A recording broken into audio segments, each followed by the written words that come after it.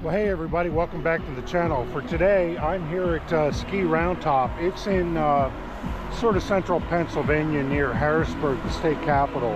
And it's opening day here. It's a Saturday, December 14th. And just looking at the slopes, it looks like it's cold enough to blow snow.